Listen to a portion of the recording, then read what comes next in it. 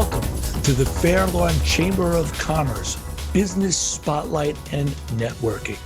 My name is Alan Cohen. I am CEO of Living Great Real Estate here in Fair Lawn. Together with my wife, Evelyn Cohen, she's the broker owner of the company. We've been in business about 2 years here. I also run a company called ACM Records that's been in business many, many years. And we do a lot of licensing for music, for TV and film, and represent artists from around the world. I'm delighted to be hosting this business spotlight for the businesses in Fair Lawn and for the board.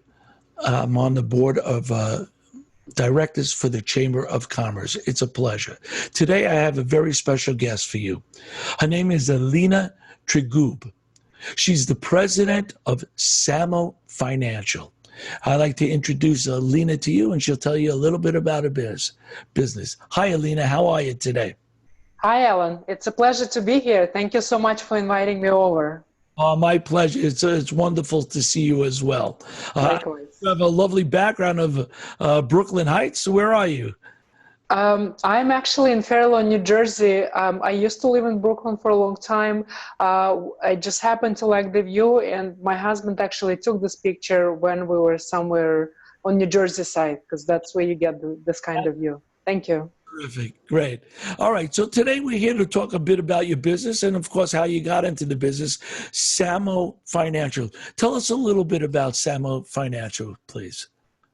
Sure. So in order to tell you about SAMO, I have to step back a little and tell you about my background and how I got where I'm at today.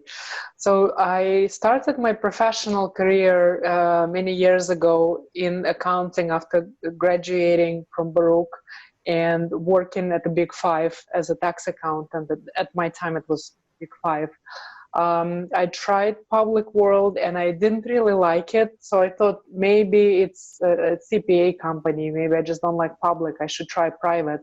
I went into a private world, worked as a tax accountant, and realized that it wasn't public versus private. It was more of me not enjoying being a tax accountant in general.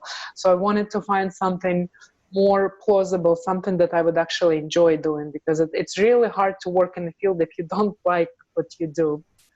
So after searching, looking around, I realized that I should try to work in the information technology world, because I had a business background, and most people that work in technology are technologists, like programmers, developers, analysts, and first. But with a business background, I should be able to help them find out more of a business side. And that's what I did. I went into IT world and worked in many different roles, but they almost always revolved around being the liaison between business and technology. Because of my technology background, because I knew accounting and I understood systems, how the system should work, I was able to connect the two worlds. And like I said, worked in many, many different roles in the world of technology. And while working, obviously I was growing in my career, and so was my husband many years. And I've been always thinking about taxes. What are the ways to lower taxes? Because obviously when you grow, you get paid more, and you get moved to a higher tax bracket, which is not pleasant. So real estate has been on my mind for many, many years, and we've dabbled into real estate in the past once or twice, but just trying things, and I obviously losing. It didn't work out that well for us. And so, but 7 years ago, I decided that I'm going to take action. I'm going to start doing my research to really understand what is real estate about and what kind of real estate investing I can do to help our family lower taxes. So while doing the research, I started looking for small multis locally here in tri-state area. While I was looking, I wasn't able to find anything where the numbers would make sense for someone like myself with a tax accounting background. And I decided that I needed to go out of state. And when I decided to go out of state, I did additional research. And while doing that research, I came across the world of syndications. Yes.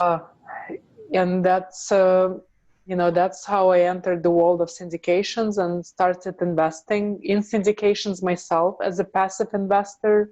And while investing as a passive investor, after doing one, two, and so forth, I've done quite a few, I realized that this way of passively investing may actually benefit a lot of other folks who also want to get into real estate but don't want to do anything themselves. There are two things that people are trying to avoid: tenants and toilets. And being a passive investor allows you to avoid that step while being a real estate investor.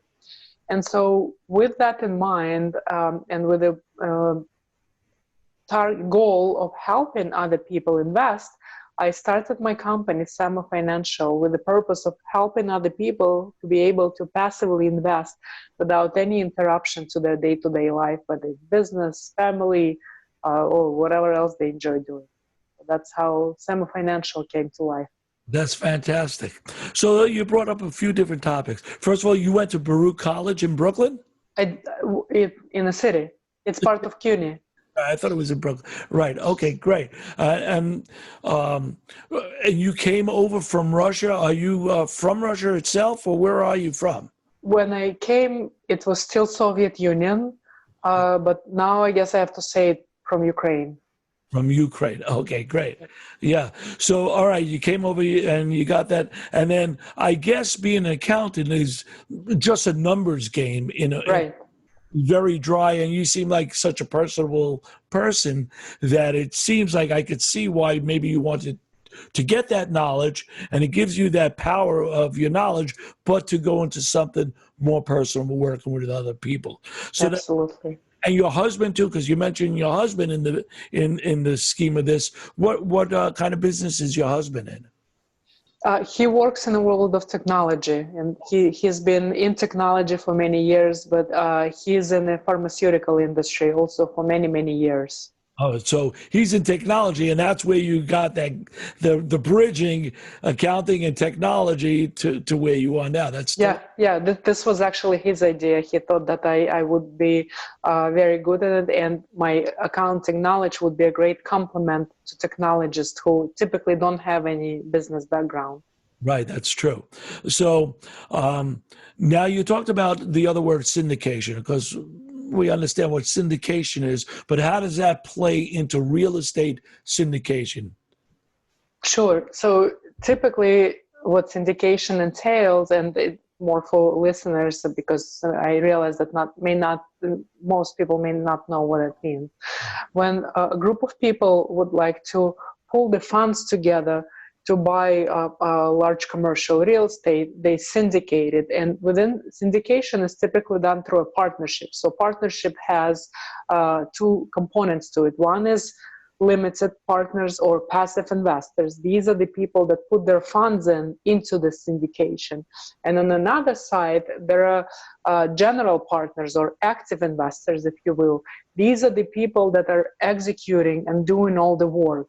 These are the people that finding the deal, negotiating it, buying it, then doing the asset management, renovating it, and so forth. So these are, and it's typically a group of people, a team that executes it, because it's a lot of work for just one person. And same here, I always work with a team where everyone is assigned a specific role, and we buy this commercial real estate, and we allow people that do not want to do anything actively to partner with us and invest with us. And this way they put the funds with us, and then they benefited by receiving the dividends, which is essentially residual income, and then through the tax aspects of investing into a syndication as well. Right. So the limited partners then, they're limited on their finding of how much they could lose.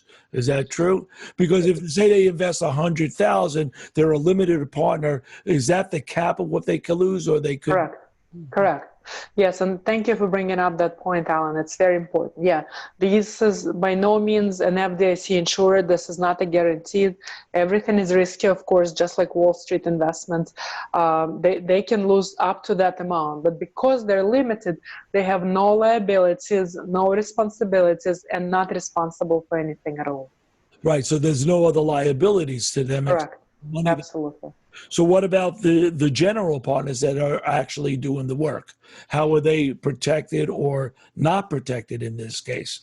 General partners are the ones responsible to do the work, and typically when people want to be in business for a long time, that they would want to protect their name, and that's why when they go into a specific investment, when they buying a specific project, they doing it because they believe in the project. They do the calculations, and that is actually what differentiates real estate from Wall Street. And I always tell people, because in Wall Street, you want to buy something, you do your research, you read about it, and then you decide whether to buy it or not.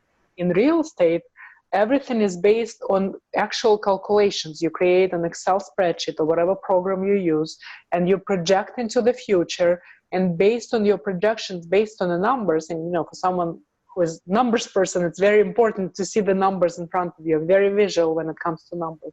So we project as to what we believe this project will be able to produce down the road. And that's why I like real estate.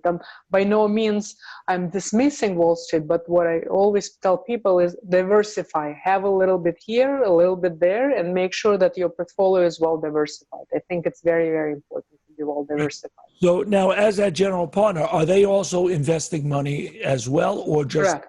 Absolutely. They also invest. Everybody, Yeah. 100 grand, and we got or maybe obviously more than that, but I just picked a number. So Sure. they're also investing their money as well. So as that, how does their return come back to them? Because the other people, the limited, are making financially. Now this general partner is also doing the contracting and et cetera, et cetera. So how does Sure. that work into the next, spreadsheet of how we paid now those other partners? Yeah, there is no a single response to this, because there are many different splits, and splits could be as straightforward as 30/70 or 20/80, or they could be waterfalls where there is a tiered structure. At a different level, you'll get different amount of return. So everything is dependent on a syndication, on a specific investment, even with the same operator group. If an investor is investing with the same operator group, they may even see different return structure on different projects. Everything is dependent on the project, the type of project, the strategy applied, the years that it's going to be prolonged for, and so forth. So there are many components to each and every deal. But to your earlier points, not only general partners invest their own funds, but just like in a typical residential real estate transaction, there are closing fees. There are closing fees here as well. So they have to pay the down payment, they have to pay for the inspection, they have to pay for the research if they want to bring contractors on, and so forth. So there are, and the fees are exponentially higher in the commercial real estate than in residential real estate. And that's also taken care of by the general partners as well. Great. So how many people can be involved in, say, this one partnership? Say, give us an example of, a typical project. Hey, because can you have 20 limited partners that are investing their money and, a few general? Give us an idea of the scope of your business. Sure. Project differs in size.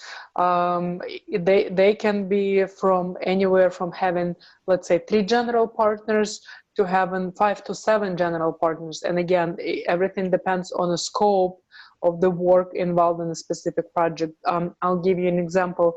We have one project where we're doing the renovations to the units, and because some of the renovations require heavy repositioning, our general partner that lives in the area where the property is located, they hire the general contractor. So they are overseeing the general contractor. Then we have another partner who is working with the property management, and they're doing the asset management, overseeing that component.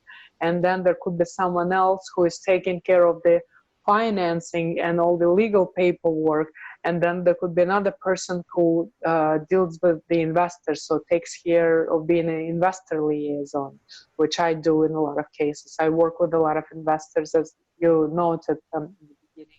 I like to talk to people, so I've done that a lot, being an investor liaison, essentially explaining people how the business work, explaining them how they can invest, because in addition to being able to invest cash, they can also invest their so-called self-directed IRA money into this type of investments, which again, a lot of people are not familiar with the concept. So I go into the details explaining it. And I've partnered in the past with companies that offer such self-directed accounts to produce educational webinars where we explain to people what is self-directed IRA, and then I explain to people how they can invest the self-directed IRA into the syndicated investment in real estate and beyond. That's great. So there's two questions I have from that. So one, they can put into, say you have an IRA with one of the big firms. How would you put that into your IRA, or does this become a separate IRA in that manner? The short answer, it becomes a separate IRA because the companies have to be authorized to allow you to invest your funds in anything beyond Wall Street. The brokerages that everyone is familiar with, whether it's Bank of America or Fidelity or Schwab and so forth, they are only allowing you to invest in Wall Street stocks, bonds, mutual funds. But if you want to self-direct your money, that's a completely different company. And there are plenty, believe it or not, there are plenty nationwide. We work with several. They can be here or they can be in another state. It doesn't really matter. But again, you have to open an account with a custodian that supports self-directed investment, and then start investing in real estate or maybe gold, oil, whatever you like. And, you know, that's something that a lot of folks are not familiar with simply because it's not that well publicized. Mm-hmm. Great. So it would be a separate IRA account with a different custodian that you mentioned. In so doing that, is that a much different, say, than a real estate mutual fund? Because yes, we get a lot of real estate mutual funds where, okay, I'm investing in real estate. Really, you only, put some money into that fund. Again, Alan, don't forget you're speaking with a former tax accountant. So it's still in the back of my mind. I always think about taxes. And you keep reminding me. Yeah, so real estate investment trust is a type of mutual fund, which entails that the income that you generate may be a good income. I don't doubt that, but it's ordinary income. So it's treated at your ordinary tax rate. If you are high earner, a lot of folks that live in Fairlawn and around the area are high earners working at Wall Street, making good money. And unfortunately, they're going to be taxed at that high rate, whatever it is, 30, 35, 37. That's going to hit them pretty hard. When it comes to syndications, there is completely different treatment. There is a piece that's treated at the long-term capital gain, and then there is a piece where, because of depreciation, they will be experiencing losses in the first 2 years. So they'll have paper losses, but distributions. And again, without going into too many details, that's one of the major differences between investing directly into real estate and owning a piece of that large syndication versus investing in REITs. I would imagine that the investors themselves working in this syndication, I don't know if the limited part may not have more hands-on, but they have more personal feeling towards it because they're investing in this particular project, this particular building, there's a particular whatever it might be. Where if you with a big company and you just get X amount of funds in a mutual fund, you're not really involved except for because you wanted to make money. But this seems like, oh, that building, and then now you're watching the general partners actually build it. The other ones, the funds, you're not really, seeing that hands-on. So this is a little bit more exciting in that aspect. Absolutely, absolutely. Yeah, they see the project change, they know what's going on, and there are pros and cons, and there are things that happening. Like we just been hit hard by the storm another day. I'm sure there are areas that are also been hit hard, and that impacts real estate as well. But we buy insurance and umbrella insurance for that to cover from such losses. Right. Absolutely, you see the project going. It's like the baby being born in front of your eyes, essentially. So now that you're doing a lot of projects and you're talking about, obvious COVID and all that, how has that impact? How did that impact some of your investors, some of the buildings? I know we work with a lot of, different type of investors. Of course, they couldn't build for 6 months. They're tied up. They're first getting past their inspections now. So how did this really impact some of the projects that you're working on? So the existing projects that we had, for the most part, continuing to operate, and that's simply because majority of our projects are value add, which entails that we buy an existing property and we just want to reposition it, whether it's changing the units or maybe if it's a self-storage, maybe cleaning up the facility and adding an extra building to increase the space that we're renting. In terms of the new construction, we had 1 or 2 projects that were an existing construction, and that construction continued. As you mentioned, because the government organizations had closed down for a bit, that slowed us down in terms of obtaining the needed approvals and stuff. But otherwise, the projects continue just at a lower pace in general. Right. Yeah, but for the value adds, if it's an existing apartment building where people always need to have a roof on their head, so people continued living there, and luckily, because the government supported those that have lost their jobs, they were able to afford and pay rent, and hopefully are able to find new jobs at the current time and pay rent. Yeah, great. So, how much? I was curious. Can you have small funded, investors, or is there a typical range of minimum to invest in one of these projects? Sure, great question. Thank you for asking. Typically, we start with 50,000. And it really depends on the size of a project. If the projects are a lot larger, let's say if they go to 15 million or so, then the minimum goes up to 75 or maybe even 100,000. But I would say a lot of our projects typically start at 50,000. And what I also tell people, I don't want them to start investing if they haven't put the money aside for emergencies. God forbid something like today happened, like COVID, right? Counted. There you go. Yeah. Emergency fund. Exactly. I want them to have emergency fund set up first. And whatever they're putting into the investment has to be specifically allocated for investing. So they know, God forbid, they could lose this money. Hopefully the money will be made over and over again, but these are not the money that they put aside for emergencies. These are specifically for investment. And also the way the syndications work, it typically doesn't make sense to invest in one and leave it at that. It starts making financial sense and tax sense when you have multiple. So when you're ready to invest in, let's say, 2 or 3, then I would say start investing, but don't do anything before that. Take your time, educate yourself, and understand how the business works. Right. So even a first-time investor in this, you would suggest that they have say 50. You said a good 150 extra money to invest in 2 or 3 different projects. How many projects do you have going on usually at once? At once, it's hard to tell. I mean, I'm invested in a lot, over 10 right now, and obviously working with partners in different capacities. But a lot depends on what's coming our way. If we see the project that makes sense to buy and invest, then we go for it. If not, then we don't. I don't limit myself to a specific number, so I'm sorry, I don't have a more specific answer for you. So you could be doing, you particularly as SAMO Financial could be doing, a dozen projects at once. And Correct.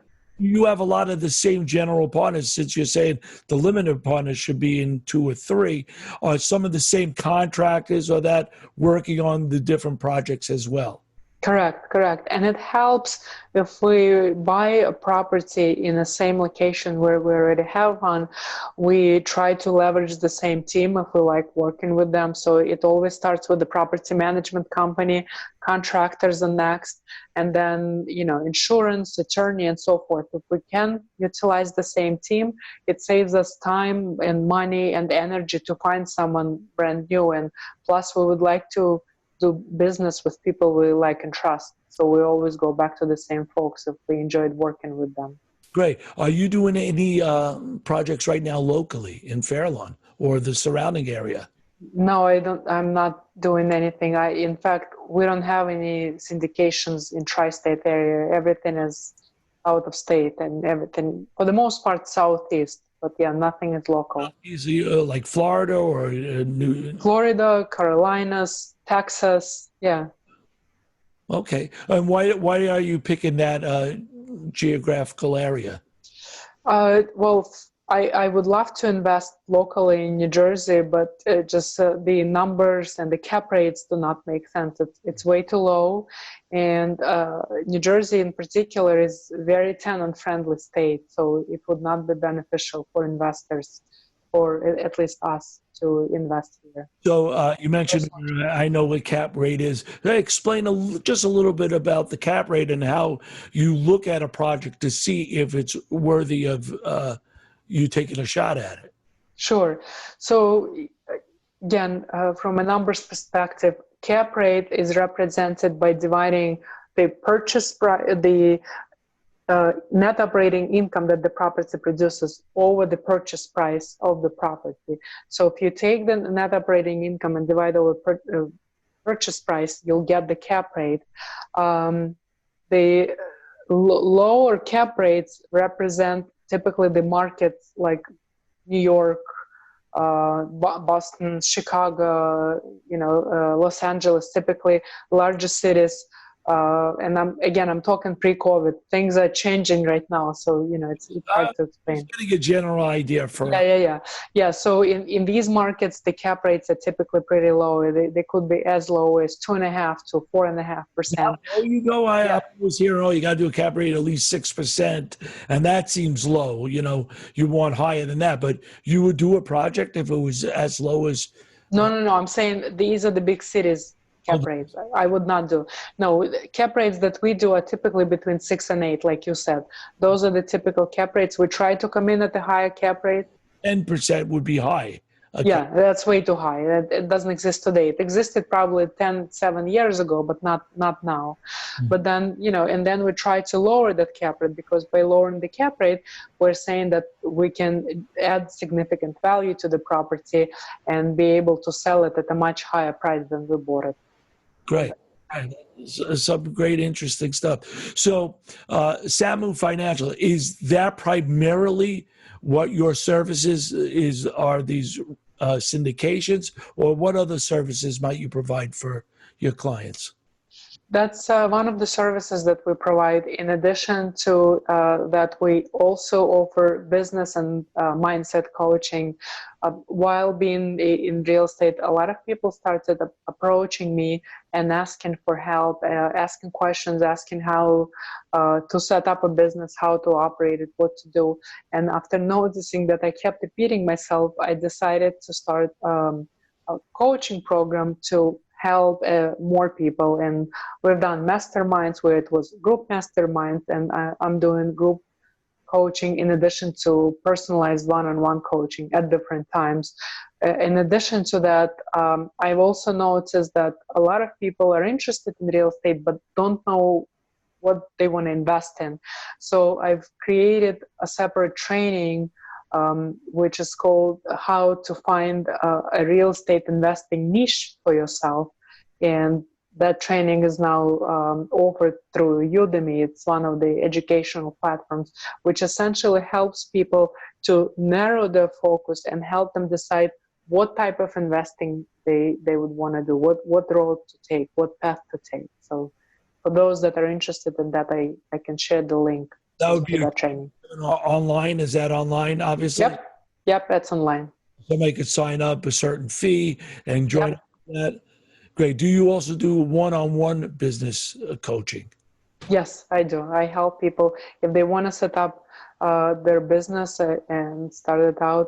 I do coaching. I help them, take them through the steps that they need to take in order to start their business, and help them to change their mindset, if you will, because a lot of folks, typically people that fail in the business are the ones that don't have the right mindset for it. They want to do it, but the mindset is not set up for that. So I try to help them to open up their mind and be able to look at many opportunities around them.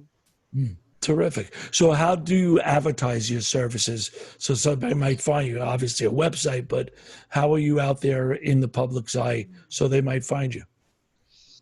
We have a website, SAMO Financial. I'm also on LinkedIn, on Facebook, on Instagram. And in general, we don't do any advertising, but what we do is we try to add value. So you would see me writing an article and posting it on these sites or on my website. I also send out a monthly newsletter to my existing clients. I also respond to people questions and posts that they post, typically on LinkedIn, because I find it to be very professional site. And I try to bring value to people that way. And then they reach out when they see what I do. They reach out, they ask questions, and they ask for help.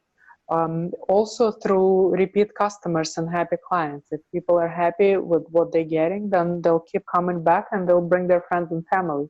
And that's how we've been known in the industry. Plus, interviews like this, I've done plenty of podcasts, plenty of articles have been published with the interviews about me, which is all on my website.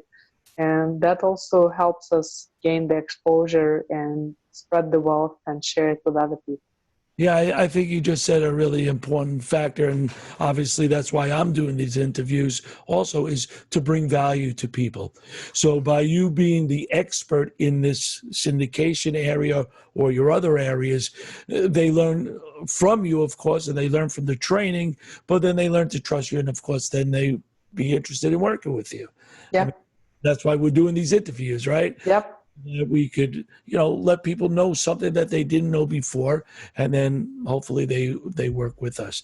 So you are out of Fair Lawn area. Do you live in Fair Lawn? I do.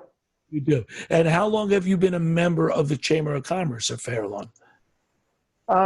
2 years. I've been a member for 2 years, and I'm actually a member of the board this year, helping in any way I can to the board to bring more members, engage more members, and help out people in need. I've done quite a few calls in the last few months to chamber members, and I've heard some stories. So we're trying to do our best with various things to help out the community, bring the information like you do, and this is great, where you highlighting the businesses and letting people know what people are doing, and just connecting folks through Zoom calls or whatever other means possible. So this is awesome. Thank you, Alan. You're working. Yeah.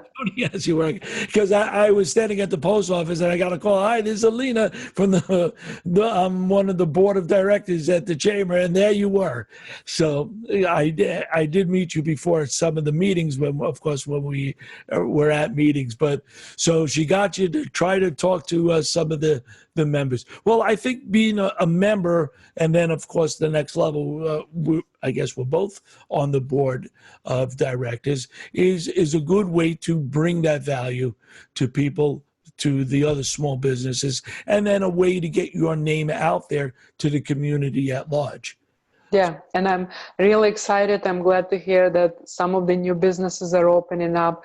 And I believe you and I think Evelyn as well, are coming to one of the bakery openings sometime soon. So it's exciting. I'm glad that despite the COVID, despite everything that's going on, businesses are still opening up.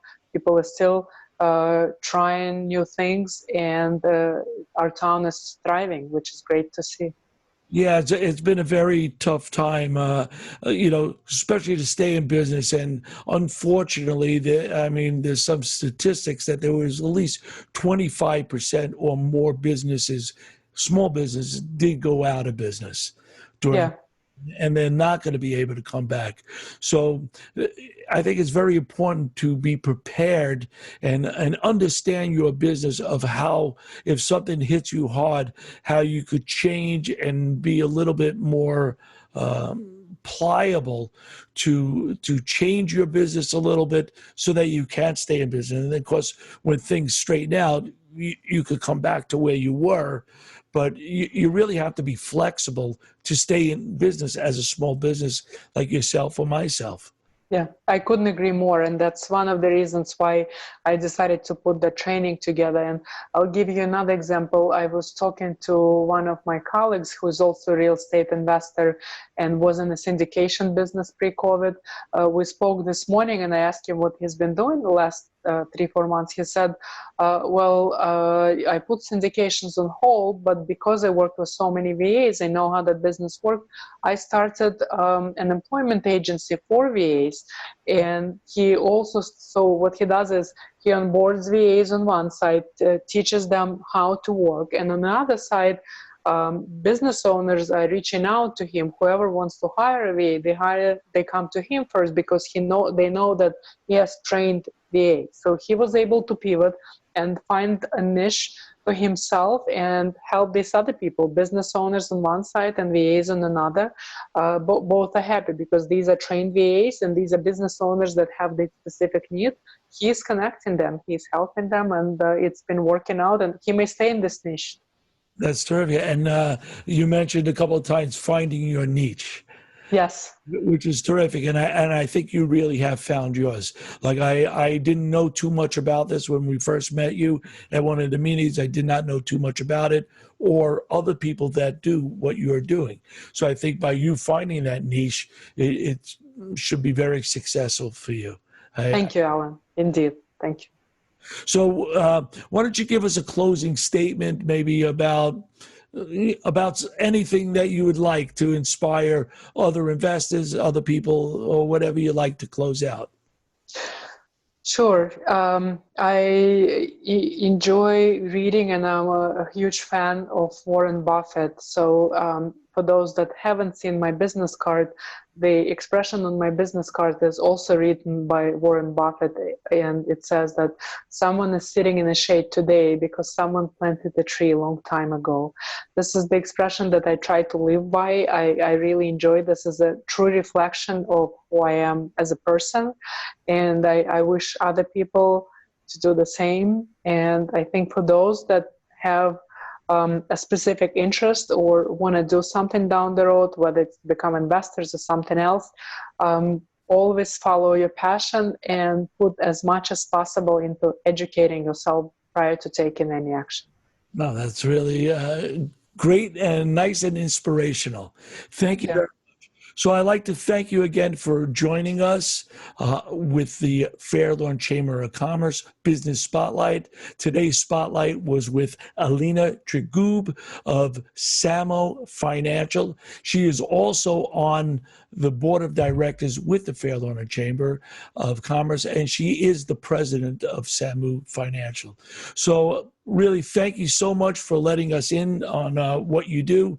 Anybody that's interested in this can, of course, contact you and learn more about your financial products and what you do. And I wish you a lot of success.